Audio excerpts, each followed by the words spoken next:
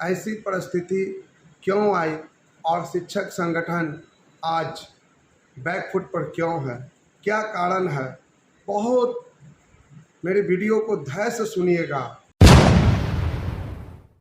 नमस्कार बिहार के तमाम शिक्षक भाई बहनों को मैं अपनी ओर से महान त्यौहार शुभकामनाएं देते हुए आज इस मुबारक दिन पर मैं बहुत दिनों के बीच आपके बीच आया हूँ और कुछ संदेश लेकर आया हूँ। साथियों, आज जो परिस्थिति बना हुआ है, शिक्षक आहापोही की स्थिति में हैं, टुकड़े टुकड़े में बटे हुए हैं और सरकार की तरफ आस लगाए हुए हैं कि कब मेरी पोस्टिंग हो, कब मेरा ट्रांसफ़र हो, कब मेरा जो लोग 3 PPSC दिए कब उनका बहाली हो। सब लोग एक आशा भरी नज़र से सरकार की तरफ देख रही हैं। साथियों, ऐसी परिस्थिति क्यों आई और शिक्षक संगठन आज बैकफुट पर क्यों है, क्या कारण है? बहुत मेरे वीडियो को धैर्य से सुनिएगा और एक एक बिंदु पर मैं आपके बीच बात रखूंगा। साथियों, मैं शुरू करता हूं सन 2020 से। 2020 के आंदोलन में हजारों शिक्षक पर कार्रवाई हुई और परिणाम तो जो देखे आप लोगों ने, लगातार प्रयास के बाद 15% की बढ़ोतरी भी। लेकिन बढ़ोतरी के बाद भी सरकार हार गई। आदरणीय बिहार के मुख्यमंत्री नीतीश कुमार, जो नवंबर में जब उनका रिजल्ट आया तो वो विचलित हो गए और वो जब गहरा मंथन किए, गहरे विचार विमर्श किए कि हार का कारण खोजें, तो सभी उनके विधायक ने एक स्वर में कहा, जो उनके वरीय, कि इसका मुख्य कारण है बिहार के नियोजित शिक्षक। उनको मन में एक टीस था कि हमको बदला लेना है। ये बात को मैं तब जाना जब हम अभी बिहार के उप मुख्यमंत्री हैं आदरणीय विजय कुमार सिन्हा जी, जब वो 2020 में विधानसभा अध्यक्ष बने और उनको जब मुबारकबाद देने गए थे हम लोग, तब उनको जब मैंने अपने डिटेल्स बताया, वो मुबारकबाद तो स्वीकार किए, लेकिन उन्होंने कहा कि मास्टर साहब लोग, आप तो हमको वोट दिए नहीं, नीतीश जी को वोट दिए नहीं। तो मैंने उनसे कहा कि हुजूर, वोट दे या ना दें ये मेरी मन है, लेकिन सरकार तो आपकी है और शिक्षा मंत्री आप ही हैं।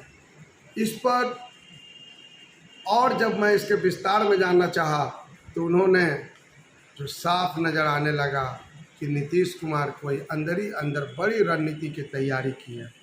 और रणनीति की तैयारी के तहत जब ने देखा कि बिहार के शिक्षा मंत्री आदरणीय विजय चौधरी जी बने और उसके बाद उन्होंने मीठे मीठे बोलकर कई बातों को उन्होंने स्वीकारात्मक किया और उसके बाद उन्होंने कहा, सोची समझी एक साजिश बनाया और साजिश के तहत सरकार बदली, शिक्षा मंत्री बदल गए और फिर फूट डालो की रणनीति बहुत तगड़े सिस्टम से चला।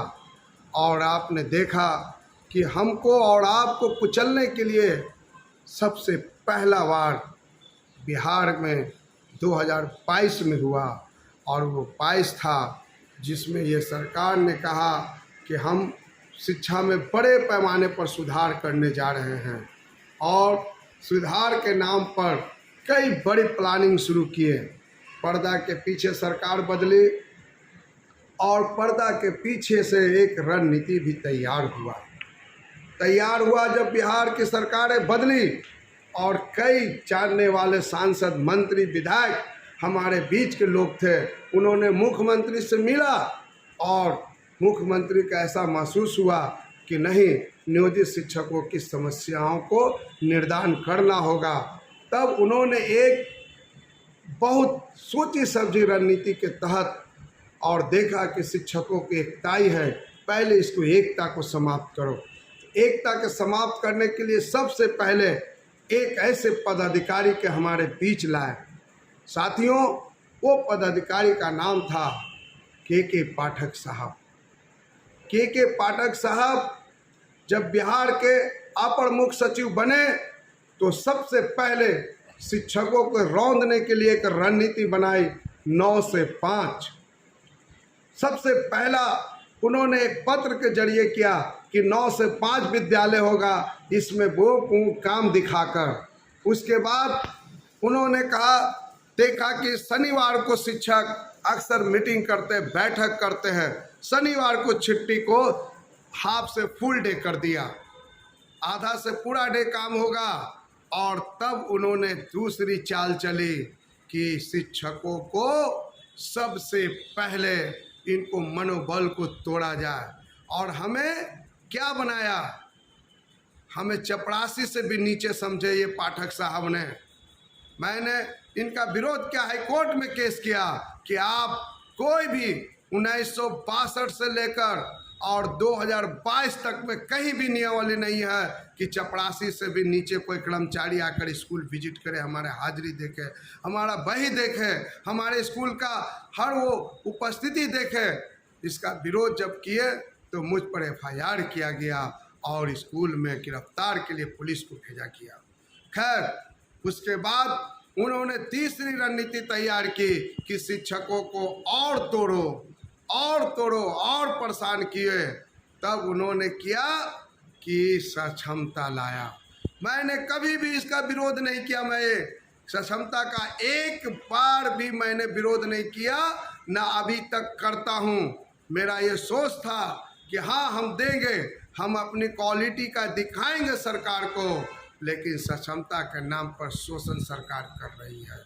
हमें टुकड़ों टुकड़ों में बांट दिया और आज सरकार के उन दलालों ने जिस तरह से हमें क्या, हमारे 15 साल, 10 साल, 7 साल, 8 साल सेवा का क्या होगा सक्षमता में, कोई वरीयता का लाभ नहीं मिलने जा रहा है। हम लिखित दे रहे हैं, सर्विस कंटिन्यूटी का लाभ नहीं मिलेगा, हम इस बात का लिखित दे रहे हैं। पूरे मुझे जानकारी है, मैं तो कहना चाहता हूं कि वीडियो के माध्यम से मैं एक अगर पल्ला एक राज खोल दूं सरकार के, तो आप लोग का जमीन से पैर खिसक जाएगा। और कई लोग दलाल को एक्टिव किया, सक्षमता भरिए, सबसे पहले टेट के साथ ही भरे, उसके बाद तमाम बचे हुए 1 और तीसरे फेज का इंतजार कीजिए, उसके बाद ही आपका पोस्टिंग होगा। साथियों, तीसरा फेज होने दीजिए, आने दीजिए, दूसरा का रिजल्ट, तीसरा का डेट आने जा रहा है अक्टूबर में, और उसके बाद ही आपको बहाली होगा। कैसे कर देंगे? पटना में आपने यहाँ दे दिया है 15 से 20 हज़ार लोगों को आपने काउंसलिंग कर दिए, यहाँ सीट है 20,000। फर्स्ट चूज पटना 80% से जिसको ऊपर रहा। इसलिए साथियों, आपसे मैं निवेदन करना चाहता हूँ, एकता बना कर रखिए। आने वाला समय और पूरा होने वाला है।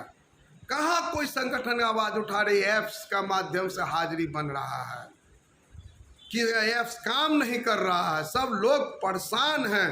कल सुबह उठते ही वो परेशान होते हैं कि हम स्कूल तो समय से जा रहे हैं, क्या पता मेरा ऐप्स खुलेगा कि नहीं खुलेगा, हाजिरी बनेगा कि नहीं बनेगा, कि एब्सेंट दिखाएगा। ऐसी स्थिति, आहापोही का स्थिति पूरे राज्य में बना हुआ है। पूरे कहाँ कोई आवाज़ उठा रहा है? जो सम्राट चौधरी, विजय सिन्हा, जो आज सत्ता के मलाई में है, कल हमारे लिए डंडा खाए थे, आज वो कहाँ खामोश बैठे हैं? साथियों, आपके आंसू पोंछने वाला कोई नहीं है, आपके लाश पर राजनीति करने वाले लोग हैं। समझिए, सत्ता पक्ष में कल तक थे तेजस्वी यादव जी, वो कहते हैं कि हम लाए थे, बीपीएससी मेरा लाया हुआ है, लेकिन आज कहाँ खामोश है? आपकी आवाज़ उठाने वाला कहाँ लोग हैं? इसका जिम्मेदार कौन है? सारा संगठन बैक फुट पर है। निराश होने की ज़रूरत नहीं है साथियों। आपका भाई जिंदा है, हम आपके लिए लड़ाई लड़ेंगे। आपको ज्वाइन होने का अगर आप सक्षमता दिए, आप ज्वाइन हो जाइए, आपको पोस्टिंग कर देगा। फिर भी आपकी लड़ाई जारी होना चाहिए उस वक्त से जब से आपका पुराना नियुक्ति से कंटिन्यूटी नहीं होता है। और जो साथी नियोजित हो गया है उनको निराश होने की ज़रूरत नहीं है। मैं लड़ाई लड़ रहा हूँ, बहुत जल्द आपके बीच बड़े पैमाने पर बहुत ठोस परिणाम आने वाला है। और आप निश्चित तौर पे मानिए 1/7/2015 जो मैंने डेट ऑफ लाइन बताया उस पर काम कर रहे हैं। वो आपका हर हाल में आपका एनपीएस सहित अन्य जो अनुपूरक जो लाए हैं, जो अधूरा वेतनमान है, उसको पूरा करवा के ही दम लेंगे। इसलिए साथियों धैर्य के साथ, इत्मीनान के साथ बने रहें। अगला वीडियो मैं सिर्फ सक्षमता पर बनाऊंगा और उनको बताऊंगा कि कैसे कैसे आपको छलने जा रही है सरकार, कैसे कैसे गद्दार फेसबुक व्हाट्सएप के माध्यम से आपको गुमराह कर रही है। सरकार के इशारे पे आपका हितैषी नहीं हो सकता है। चंद लोग जो फेसबुक पर लिखते हैं कि वरीयता के लाभ मिल रहा है, कोई चिट्ठी बता दो, एक भी फाइल का नंबर बता दो जो कहता है कि वरीयता का लाभ देने जा रही है। कल ही मैंने डायरेक्टर साहब से, सलाम अंसारी और तमाम लोगों से हम लोगों ने मिले हैं और सारी मुद्दे पर बात की है। कहाँ से मिल जाएगा? इसलिए साथियों गुमराह मत होइए, गुमराह मत होइए, एकता मत भंग कीजिए, आपस में मत लड़िए। सरकार लड़ा रही है उससे बचिए। मैं इन्हीं बातों को साथ आपको बोलना चाहता हूं कि आप एकता में ताकत है, एकता से रहिए और सरकार की बहकावे वाली बात पर मत विश्वास कीजिए। शिक्षा मंत्री कुछ बोलता है, अंदर कुछ होता है, ये सारी बातों से सावधान रहिए। अभी आपकी बहाली में समय लगेगा। जय हिंद, जय भारत, जय शिक्षक साथी।